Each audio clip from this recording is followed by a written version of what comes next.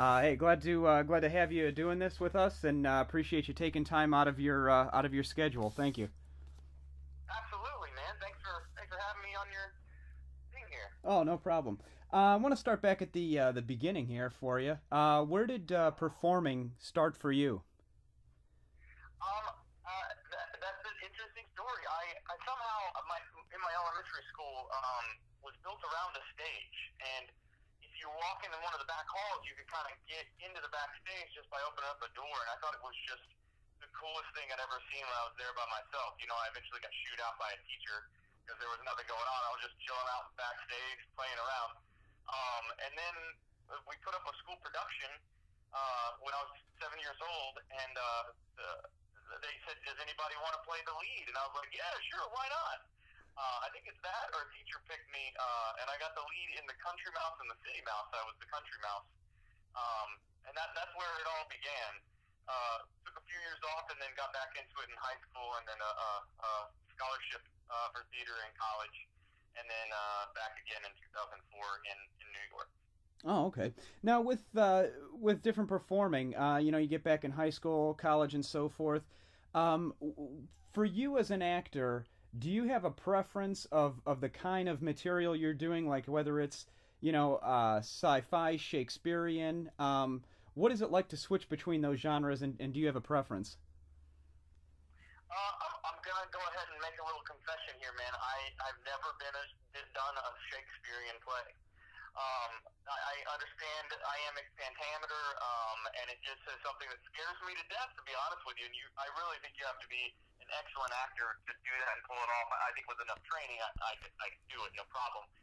But just haven't fell into any plays of that nature. Um, I, as far as plays go, I love dark comedies. I'm not sure why. Maybe because you like what you're good at.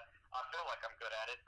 There was one in New York called Pulling Teeth about a mortician who just kind of started working for the mob, disposing of bodies. He would take the teeth out, clean them, make sure they weren't identifiable before they were buried, and then one of the bodies comes up identified, and well, it's his problem now. And that was a really fun play to do. As far as movies go, I do like working with special effects because I think what better way to escape from reality than to see these awesome things come to life before your eyes. Uh, so yeah, I would say play more of the dark comedies. I like fast, big, crazy plays, and maybe a little bit similar in the film aspect. Okay. Now that play you mentioned, that dark comedy, is that still running? That is not still running. The review is actually still up on Off Broadway online. Um, but so that's cool. It's called Pulling Teeth.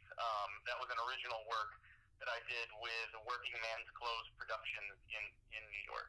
Oh, okay. All right. Well, sticking on the topic of theater, like big budget films like Transformers, they seem to have something in common with theater where there's a lot of imagination involved with both of them at times. A theater, it can't fit every possible prop. Transformers has a lot of CGI. Would you agree that like pretending, imagination plays a heavy role in both of those genres when it comes to interacting with your environment? Oh, absolutely, absolutely. As an actor, a great imagination helps, and just knowing the director's vision of what he wants, we actors do our best to give them what we want because you have to trust the director to make the arc of the story fit from scene to scene because we're concentrated on the scenes that we're in. Um, so so yeah, I'm kind of a method guy, so I like to use experiences from my own life, and I try to relive those as much as possible. But still, with reliving those experiences, you have to imagine what it was like. You have to try to recreate the smells, the sounds, the touches, the feeling that you got while you were in that moment. So, and acting is playing pretend, so it really does help. Okay. Does it ever become awkward, like, uh, especially on the set of a movie? I guess you'd have more so than theater, like talking to a green screen or a cutout or something like that that's going to be enhanced somehow in the final process. Yeah, you want to make sure your line of. I think having just a line of sight is always good, because if the robot's 20 feet tall and you're looking about 15 feet up, it's going to be a little discrepancy there. But then they also can make it match very easily, I think, afterwards.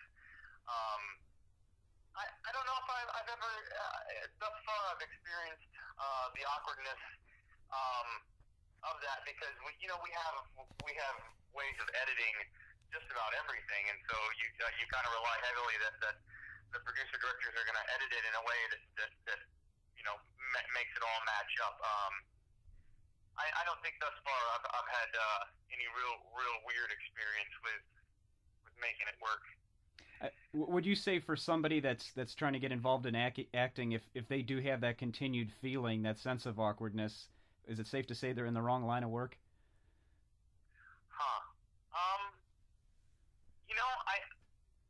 I think you as an actor, you got to be an extrovert, and yeah, you got to be able to take chances and take risks, and maybe look a little silly every once in a while. And then, because with the trust in the people around you and the director and everything, in their eyes, they're going to tell you, and trust that they're going to tell you to look silly, because they may be telling you to go further and go further and go further, and you're thinking, wow, well, maybe I look ridiculous, but it'll probably match up in the end and make sense. So yeah, you got to be able to get out there and do the work and really make fun of yourself a lot. I try to be. I don't know if I try to be, but maybe I'm self-deprecating a lot of the time, and that's just because it's gonna happen, so might as well make fun of it anyway. All right, fair enough. Now there is no American Idol for actors. There's no quiz show that launches somebody in that field into stardom. And looking at your resume, looks like you have paid your dues as far as where it comes to experience. I mean, you've done everything from theater to commercials, soap operas, and now what could very well be the largest grossing film of the year. Did at any point you lose patience in this career and think about giving up the trade? Oh, absolutely. Absolutely. Acting is a roller coaster of emotional ups and downs. I mean, because you'll book something, and then the next month will go by, and you'll hear crickets, and you're just. I've worked in food service for a very long time. Let me put it that way. And acting, the auditioning, it never got to me. Like, just not getting it, because I thought, it's not me. It's I don't look like the client's brother's cousin who they really love, but that other guy looked like him. If you get to the callback, you pretty much got the talent and you're there. It's just that little bitty thing in between, and I don't feel like you can take that personally, but it's the days and nights of being a servant. That's what you're subjecting your life to when you decide to be an actor. You're going to serve food for a very long time, and when you have it, I think it's because as actors we have degrees. We're usually well spoken. Not the worst looking crowd, and we see people who are successful in their careers, especially people from your hometown. You're like, oh my God, here I am, going to work another night as a waiter, and you just get a little tired. I actually, at one point, things got really bad, and I went to a recruiting office for the Air Force, but by luck it had closed down and it had been moved. So I kind of took that as a sign, like, okay, maybe this isn't what I'm supposed to do. Maybe I should stick it out a little bit. Not your path. Say again? Not your path. Your path in life. Yeah, it wasn't my path, and I think as actors, you just got to do something for your career every day, and that's what I've been doing from the beginning. A friend of mine named Tom Civic gave me a book called Acting as a Business a long time ago, and we forget as actors that it's not just about being an actor. If you want to be called an actor, I feel you have to think of the business aspect of it, and the people who are making the movies, you're an investment to them, and it really is a way for them to make money, and they have to be able to invest in you, so you show them that you're a responsible business person as well as an actor. Okay.